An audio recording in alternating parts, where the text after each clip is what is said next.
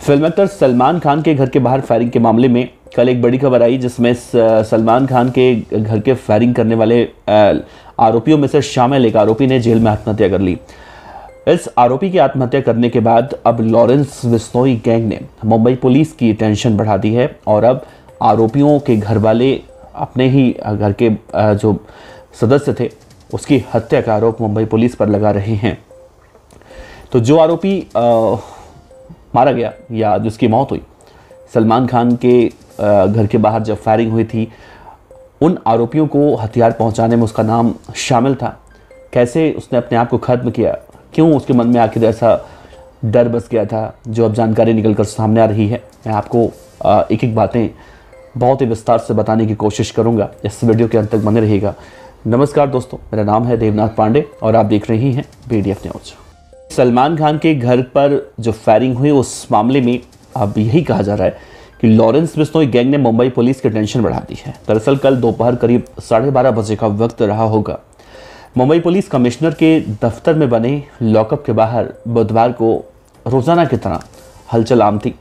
Routine checking के लिए lockup के ऑफिसर इंचार्ज फर्स्ट फ्लोर पर पहुंचे।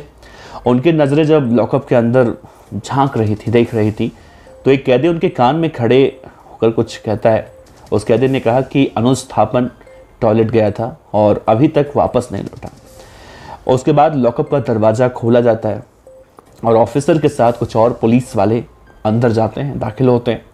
टॉयलेट का दरवाज़ा उस वक्त अंदर से बंद था। किसी ने दरवाज़ा किसी तरह से खोला तो भीतर का जो हाल था उसे देखकर पुलिस वालों की आंखें फट गईं, पैरों के नीचे से ज़मीन खिसक गया। अनुज थापन को करीब 5-6 दिन पहले पंजाब के अबोहर से गिरफ्तार किया गया था और सलमान खान के घर के बाहर फायरिंग केस की जांच में जुटी मुंबई पुलिस लगातार मामले की कड़ियों को एक एक करके जोड़ रही थी। फायरिंग के तार गैंगस्टर लॉरेंस बिश्नोई से जुड़े होने के बाद अनुज थापन की गिरफ्तारी पुलिस के लिए इस केस में एक बड़ा हथियार भी कही जा रही थी, जिसके बाद मुंबई पुलिस ने मामले में महाराष्ट्र संगठित अपराध नियंत्रण अधिनियम, जिसे हम मकोका कहते हैं, मकोका लगाया गया था। लेकिन अब अनुज थापन की मौत के बाद पुलिस का सिरदर्द बढ़ चुका है। उसकी मौत के बाद पुलिस के लिए अब गैंगस्टर लॉरेंस बिश्नोई पर शिकंजा कसना और भी मुश्किल हो चुका है।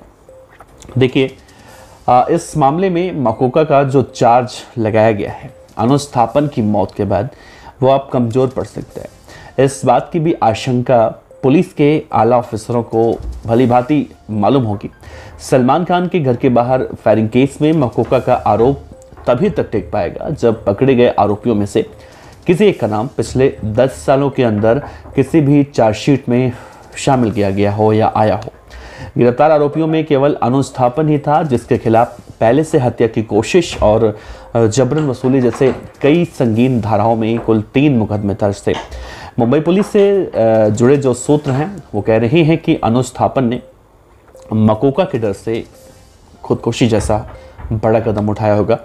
उसे ये बात लगने लगा था कि इस मामले में मकोका लगने के बाद अब कभी भी वो जेल से बाहर नहीं आ पाएगा।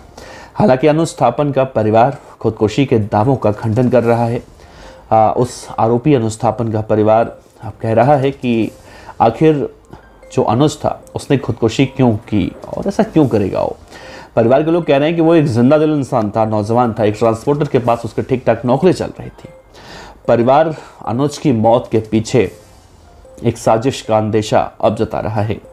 अनुज थापन की मौत के मामले की जांच भी CID को सौंप दी गई है और जिस लॉकअप में अनुज ने खुदकुशी की है वो कमिश्नर दफ्तर के फर्स्ट फ्लोर पर बना हुआ है। इस पुरानी बिल्डिंग में पहले और दूसरे फ्लोर पर लॉकअप बनाया गया है और बुधवार को 11 आरोपी इसी लॉकअप में बंद थे। पिस्टल सप्लाई करने का दूसरा आरोपी अपनी पुरानी चोट की वजह से इस वक्त न्यायिक हिरासत में है। हालांकि सलमान खान के घर पर फायरिंग के मुख्य आरोपी जो है, जिसमें विकी गुप्ता, सागर पाल, उन्हें यहाँ नहीं रखा गया था। ये पूरी बिल्डिंग इस वक्त CCTV कैमरों से कवर है। फिलहाल इस पूरे मामले की जांच CID कर रही है और इसमें आगे क्या कुछ निकल कर सामने आता है वो देखना बड़ा अहम होगा। लेकिन मुंबई पुलिस के लिए अब लॉरेंस बिश्नोई के खिलाफ शिकंजा कसना कहीं ना कहीं कमज़ोर ज़रूर हुआ है। तो ये अपडेट था और सलमान खान के घर पे फायरिंग के केस में अपने विचार रखिएगा। नमस्कार, जय हिंद।